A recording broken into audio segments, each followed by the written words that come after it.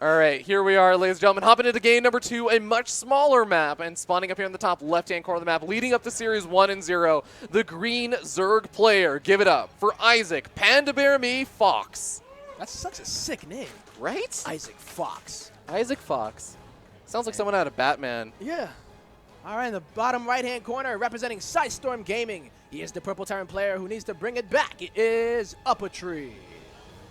I don't know his last name, but his first name is Sal, and that's a cool name too. You can just make up their last names when you don't know it. That's one of the powers that's gifted to us as commentators. I'm going to say his last name is UpATree. Sal UpATree. Sal UpATree. Sal. He just named, you know, some people take their last name and they just say, hey, that's going to be my ID. Sal UpATree and sometimes down. Sometimes down, as he is in the series, unfortunately. Yeah. Let's see if he can bring it back, though. Because luckily for him, it is the winner's bracket, I believe. So even if he were to fall here, it's not totally out of the tournament. But I want to talk about something. Sure. Tempo, it is Frozen Temple. And if we do not talk about the big elephant in the room, and no, it's not a panda, it's not a bear, it's not a fox, it's 3 Rax Reaper. So unbelievably common on this map. We don't end up seeing it on this particular game so far. We do have one barracks that's going to be making the first Reaper, but he's going to be going for the expansion. The thing is, a lot of Zerg players always very paranoid about it, may play a little bit safer. I thought so as well, right? I mean, it's such an annoying thing to deal with, and luckily, well, I don't know how PandaBearMe feels about defending it, but it's not going to be the case, right? So I would say, luckily for PandaBearMe, it's going into what looks to be a bit more standard. Yeah. Because he looked to really have a firm grasp on standard TVZ. It could have just been a slip up from UpATree as well. Yeah. But I don't know, man. It looked very, very dominating in the last game. So I know that UpATree has some funky builds sometimes as well. So we'll see if he decides to do something a little different. Yeah, I do feel like whenever I watch UpATree's stream, I would feel the most confident in him when the game gets a little bit weird. Exactly. Yeah. And I think that's exactly the kind of thing that he maybe needs to bring out. You know, this is the time that you start bringing out the weird stuff. You start mixing in some of the liberators. You turn things into weird, almost base trade-ish situations. But the thing about PandaBearMe is that you have to remember, besides maybe one Zerg counterattack that he did by knocking down those rocks, he really didn't get hyper-aggressive. He was actually fairly defensive. Yeah. He sat back and said, I'm going to get up the army. I'm going to get up the macro that I need to run over you. And that's exactly what he did. Yeah, that was a really nice, calm, composed play. Didn't fall to any of the pressure. UpATree was trying to get done pretty much the whole game, and just was not able to break. He really didn't scratch PandaBearMe. I guess maybe the queens that he got earlier, but that looked really promising. But then after that, PandaBearMe just was able to compose himself, keep it cool. So what are we going to see here on Frozen Temple? You know, it's a much smaller map, I would say. Don't have that secure third base as much as you would on Galactic Process. Yeah, absolutely. And I think even just the entire idea of small map allows for things like parade pushes to be much more effective compared to a map like Galactic Process. And I would love to see something like that. There are some really abusable positions that if a Terran player gets some Siege Tanks, some Widow Mine set up over by that third expansion, it's so difficult as a Zerg player to get into a good defensive position. And I want to talk again, we talked about how PandaBearMe played very greedy in that last game, only went for Zerglings. That is very much an abusable thing. As a Terran player, that's when you start saying, I'm going to get out a lot of Widow Mines, I'm going to try and get out Siege Tanks. You try and put the pressure on very early on. You have to be very on point with that early medevac harassment off the 2 racks opening that we end up seeing once again from UpATree. It is going to be that, and the thing about Frozen Temple is, like you said, that position where you like to abuse with the tanks, a little bit north of it by the rocks, you can actually drop out of sight of the Zerg player and then stim right into the third base. So I believe we see an Overlord going to be hanging over those rocks in order to make sure that does not happen. Because, I mean, I've gotten caught off guard by that many times. Oh, I'm sure.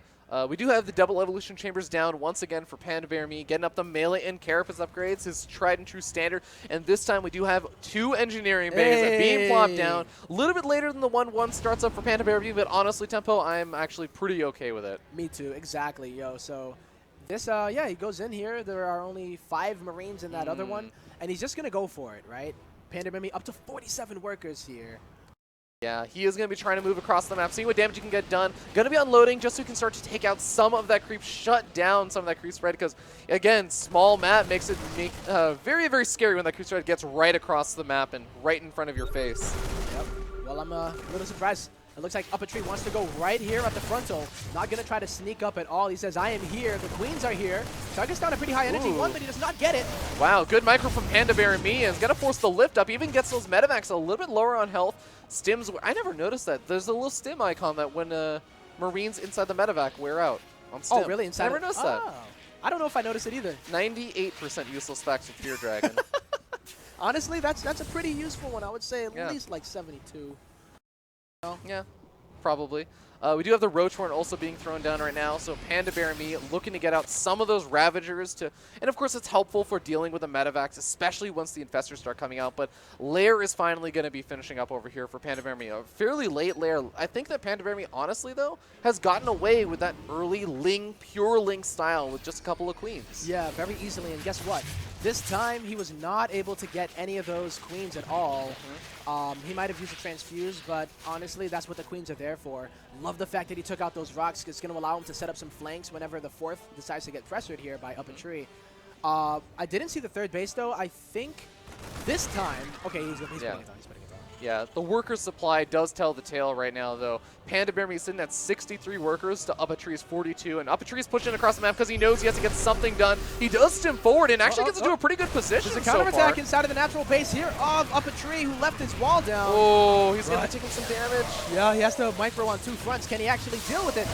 Whoa! Siege Tank's in an abusable position over there, also avoiding the Ravager shots, but he loses so many things and his natural expansion. The Lings are still alive. The floodgates are open, tasteless, and we have the Zerglings flooding into the main base. Yep, and UpATree has to go all the way back home. He's losing so many workers. He's down to 29 workers right now, and PandaBearMe, he's overdrone it up. He's feeling good right now, getting up to almost 70-something workers after this point. The 1-1 Zerglings just refusing to die, and as you were saying, the entire army for UpATree pulls back, and guess what? That situation that we had earlier where UpATree had to get some damage done, he didn't get the damage done. He didn't.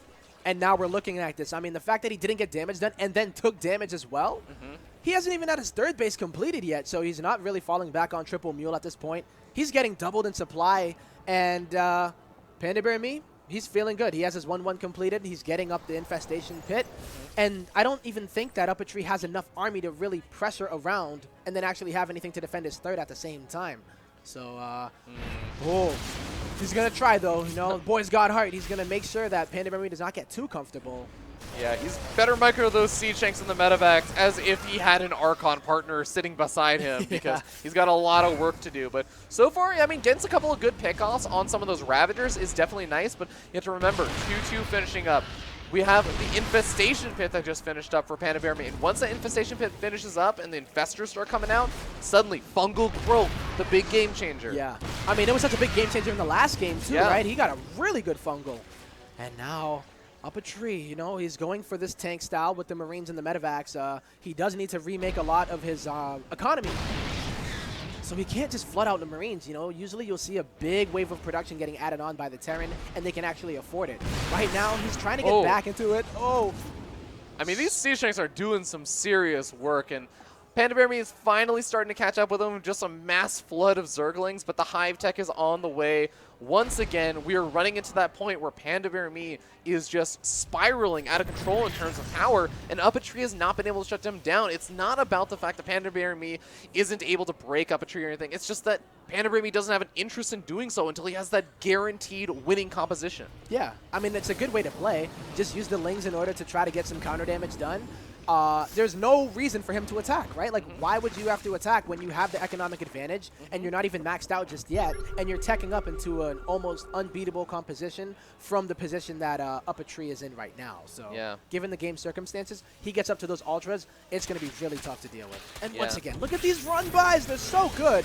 Getting into the third base of UpATree, who's on the other side of the map. Can't micro on both fronts. Corrosive Bios landing on a lot of the Biopores, even without the fungal growth. So Zerglings are still even picking up some of the reinforcements. Siege Tanks get taken out. SCVs going down rapidly. What are these SCVs and on the other side of the map, we do have PandaBearMe overwhelming the force. The entire medevac army is lifted up, but they got to be so careful. Oh no, he's not paying attention.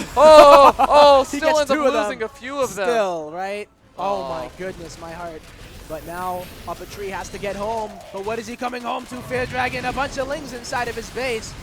And another corrosive. Whoa! Oh. Gonna take it down, and that's gonna call the GG. PandaBearMe chops down the tree and did. moves on 2-0. He didn't even chop it down, Fear Dragon. He just rammed his head into it.